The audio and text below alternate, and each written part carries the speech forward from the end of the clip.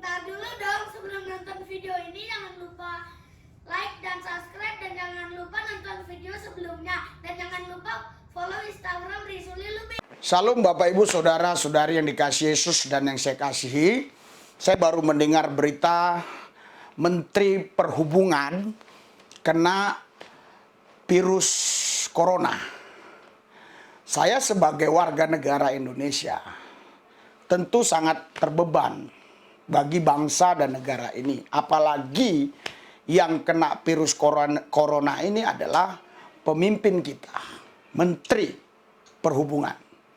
Ya, saya tidak sebut nama, kenapa? Jangan sampai nanti ada gelar titelnya yang salah saya sebut. Saya lebih baik menyebutkan jabatannya saja sebagai Menteri Perhubungan.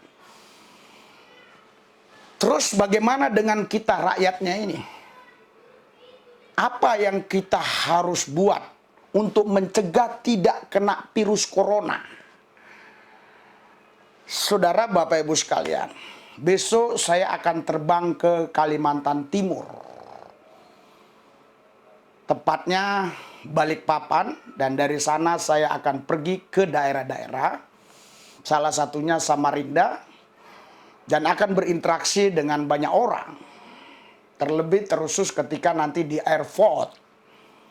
Oleh sebab itu, istri saya kemarin menyarankan saya pakai masker, dan saya harus bawa cairan yang untuk cuci tangan itu. Saya pun tidak tahu nama cairan itu, karena saya tidak perlu mengenal dia, saya perlu mengenal Yesus.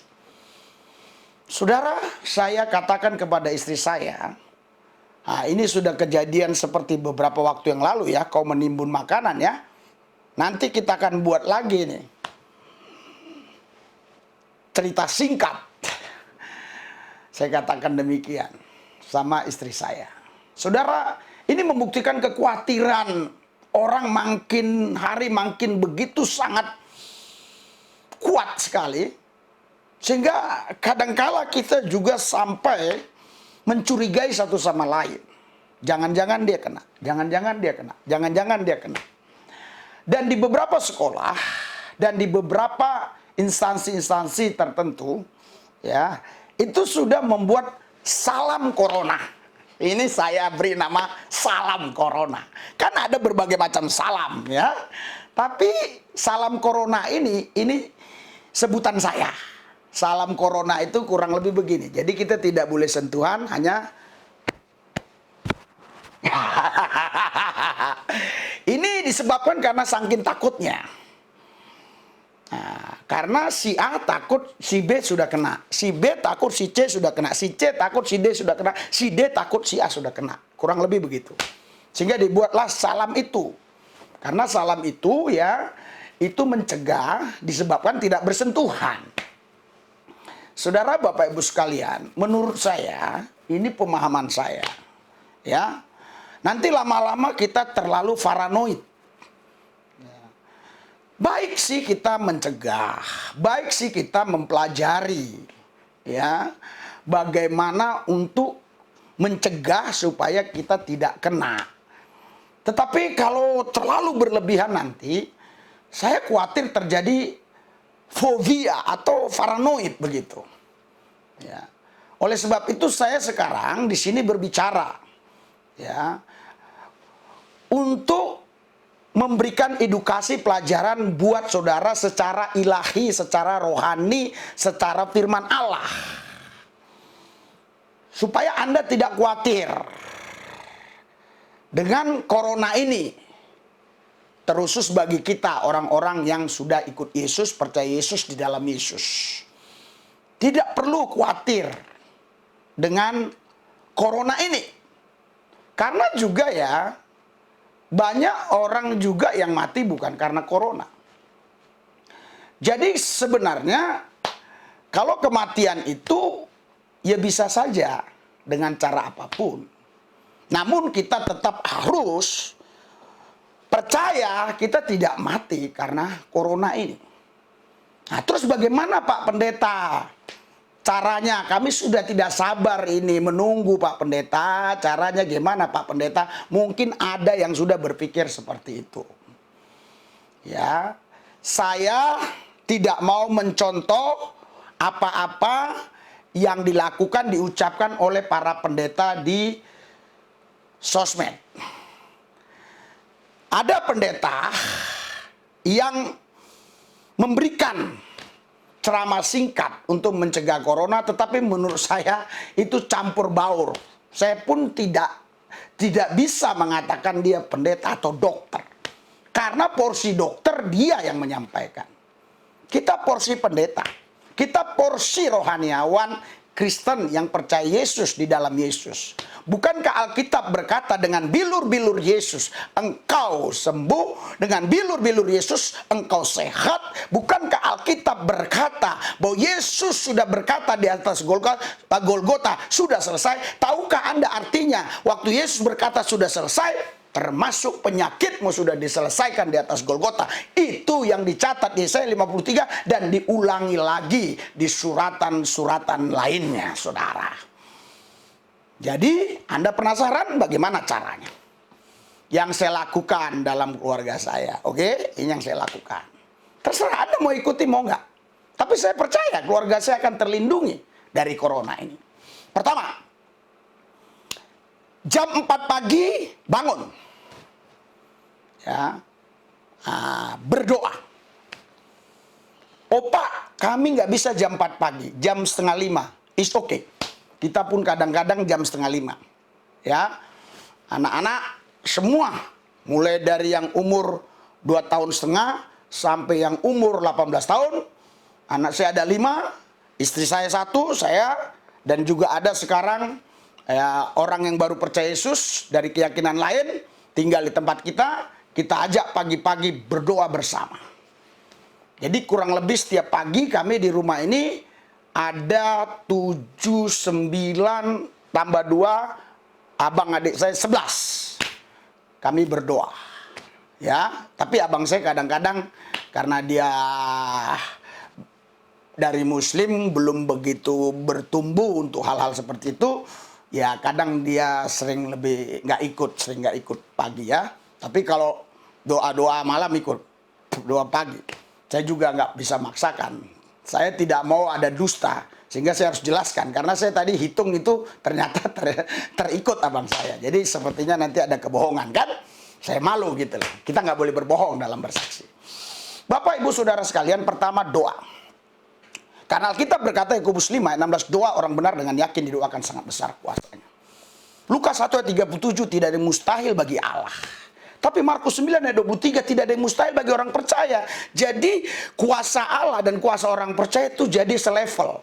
Bukan karena kita lebih hebat dari Tuhan Allah, dari Yesus Kristus, tetapi karena Tuhan Yesus Kristus memberikan kepada kita legalitas untuk menggunakan kuasanya supaya kita memiliki kuasa yang sama seperti kuasa yang dimiliki oleh Yesus Kristus Tuhan kita.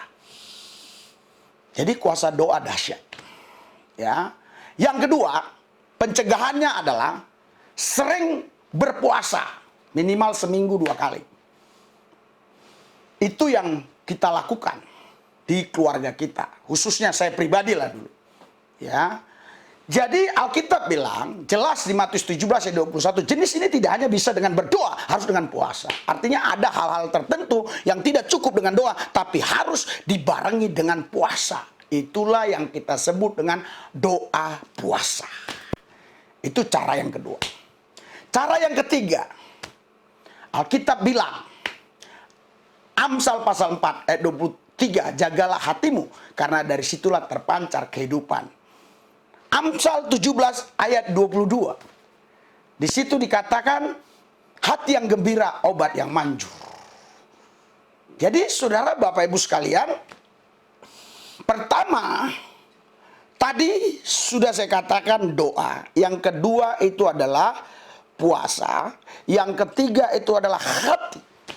Jaga hati ini tetap bergembira. Tetap bersukacita. Nah, yang selanjutnya ya, Jaga hati ini, tidak iri, tidak dengki, tidak najis, cabul, zina, kotor, tidak jijik. Alias kalau saya garis besarkan, hiduplah kudus di hadapan Tuhan. Karena Alkitab bilang, kuduslah engkau, aku kudus, 1 Petrus 1. Sebab tanpa kekudusan tidak ada seorang pun yang dapat melihat Allah. Ibrani berkata demikian. Jadi hiduplah kudus. Maka Anda punya imunitas ilahi, punya otoritas kerajaan untuk membackup dirimu, sehingga ketika ada orang tertentu yang kau nggak ketahui membawa virus corona, nempel itu virus di kulit tanganmu, maka virus itu dalam hitungan, bukan detik lagi, hitungan di bawah detik, dia mati segera. Lupa. Kok Bapak percaya begitu? Apa Bapak pernah ngalami? Wah, saya karena pernah praktekkan mendoakan orang-orang yang di ruang isolasi harus suruh pakai masker, pakai macam-macam. Saya bilang aneh, saya tidak mau. Dan sebelum penyakit TBC ditemukan obatnya, saya doain orang penyakit TBC tidak pakai masker, tidak apa, minuman dia pun saya minum. Bekas gelas dia. Makanya itu sebenarnya tidak boleh menurut ilmu kedokteran. Tetapi saudara, kalau kita di dalam Yesus, kalau itu demi kasih, kita bisa lakukan. Tetapi Anda jangan melakukan itu karena Anda mau sombong dan pamer. Tapi demi kasih, supaya orang mengenal bahwa Yesus Kristus Tuhan Allah yang kita sembah, Dia Allah yang Maha Kuasa, Dia nama di atas segala nama, nama yang tertinggi. Semua nama-nama di muka bumi ini, termasuk corona, ada dalam kuasa nama Yesus. Dengan kata lain, nama corona masih di bawah nama Yesus. Saya agak geram hari ini melihat situasi, kondisi, keadaan. Saya bukan geram dengan corona, tapi saya geram dengan orang yang semaput, apalagi dia orang Kristen. Saya geram itu. Oleh sebab itu saudara, Bapak Ibu sekalian, 3 hal ini saja yang bisa saya sampaikan. Sebetulnya bisa banyak, tetapi untuk mempersingkat waktu, 3 hal ini pun sudah cukup. Namun saya akan ajarkan ada satu cara doa yang sudah sekaligus di dalamnya olahraga. Olah roh itu doa, olahraga itu tangan, kaki, raga kita olah. Olah roh itu doa. Jadi kita sekalian olah roh, kita sekalian olahraga. Gimana caranya? Kenapa ini harus saya sampaikan? Karena ada orang-orang tertentu yang memang hidupnya sibuk gitu loh. Nah, kalau dia doa, jam 6 dia harus mandi, terus kerja, kapan olahraganya? Jadi kita bisa sambil olah roh, sambil doa itu olah roh, sambil kita olahraga. Caranya bagaimana? Ya, saya kasih cara. Karena di Alkitab ini tidak ada istilah liturgi. Jadi yang ada istilahnya berdoa dan menyembah. Kalau caranya masih memang tidak terlalu overacting yang menimbulkan ketidaksopanan, is okay. Tapi kalau sampai menimbulkan ketidaksopanan, misalnya buka baju begini, itu lain cerita. Ya, jadi caranya gimana? Caranya begini, saya kasih contoh. Pertama, doa itu bukan ngemis.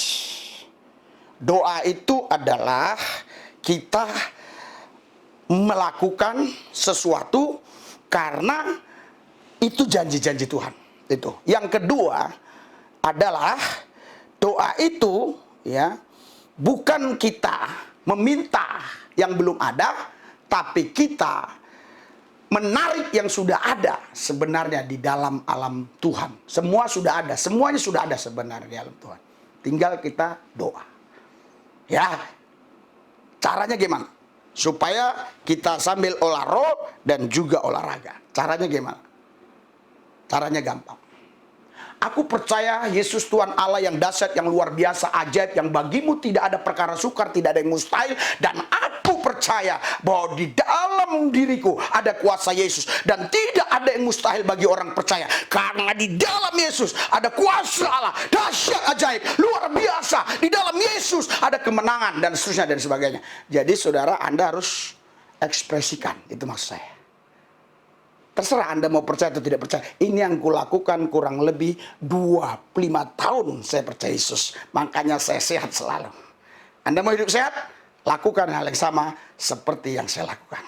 Saya tidak campur baurkan dengan ilmu kedokteran. Silakan Anda pilih yang mana. Tapi saya tidak mau mencampurkan dengan ilmu kedokteran.